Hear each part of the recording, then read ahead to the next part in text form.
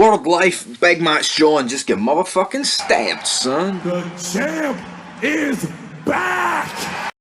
It's Folk Wrestling, back with another of That Time When, and Big Carlito decided to take actions into his own hands and have John Cena stabbed. You may be thinking, are we living in an alternative universe here? Because I do not remember this happening. Well, cast your memories back to 18 years ago. We are on SmackDown in 2004. Big Match John, he's not exactly having the greatest time of his career at this point. Of course, he goes on to win multiple world titles, of course, so, you know.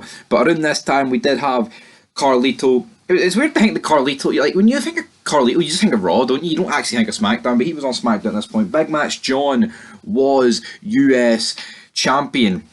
And at the time, Cena, you know, was US champ, as I just said, and Carlito wanted that US championship. So what did he do? He knocked out Big Match John with the padlock, and absolutely bang, he won the United States Championship. Carlito at this time also had a tag team partner.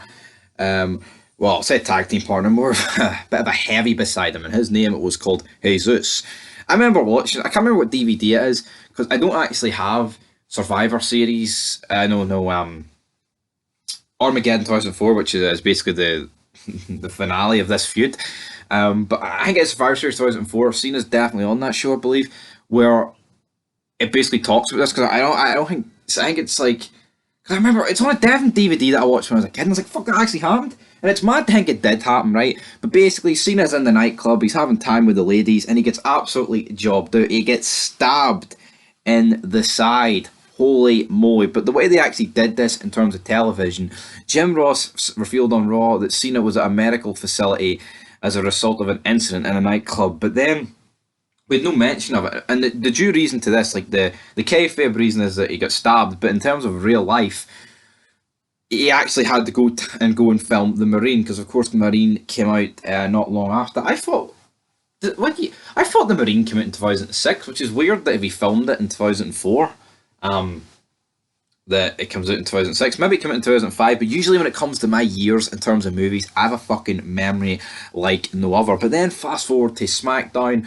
we've got Teddy Long. He was then the SmackDown general manager, revealing to the roster that John Cena had in fact been involved in a melee at the club and received a puncture injury to his kidney. So I mean, Teddy Long's just come out here on SmackDown and said that John Cena, yes, Hollywood star John Cena, was in a nightclub altercation and got stabbed, and that said stabbing went into his kidneys. Like, holy fuck, look at the storylines we used to get in WWE, and what do you get now, man? What do you get now? It is fucking garbage. See anyone that tries to say to me that this was awful, and then like, you see woke culture day in their list. Oh, 5 of the worst things John Cena ever did in WWE, and it goes on about like talking about this storyline.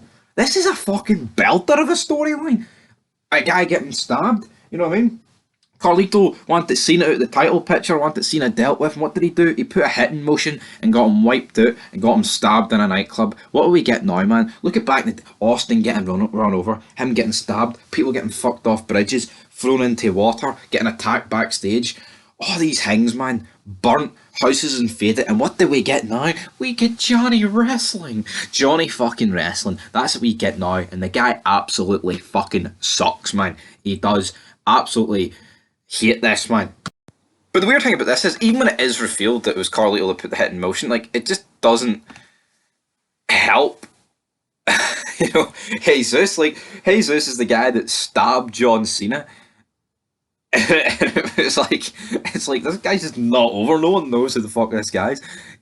Like, imagine in 2022 if they did a storyline with Cena and some guy stabbed him, he'd be immediately over. Like, it would just be like immediately over. Like, there's only 2 ways you could spin it. Carlito did eventually come out and say he was in the nightclub, but he decided to leave before the stabbing happened. But yeah, Cena eventually returned at Survivor Series. Boom, there you go. So it was Survivor Series 2004. He returned that, and then he actually won the title against Carlito a week after this, and then there's feud ended at Armageddon in a street fight for the title. I don't think I've ever watched Armageddon 2004, but of course on this channel we are reviewing the Ruthless Aggression, the brand split, so we'll eventually catch up to it. We are in like 2002 King of the Ring, so you've got to give us a bit of a chance on that. But in terms of this feud, I think this is epic, man. You know, I don't particularly remember the matches. I remember Survivor Series 2004. I remember this incident, but what an incident! Like, what a fucking incident, man.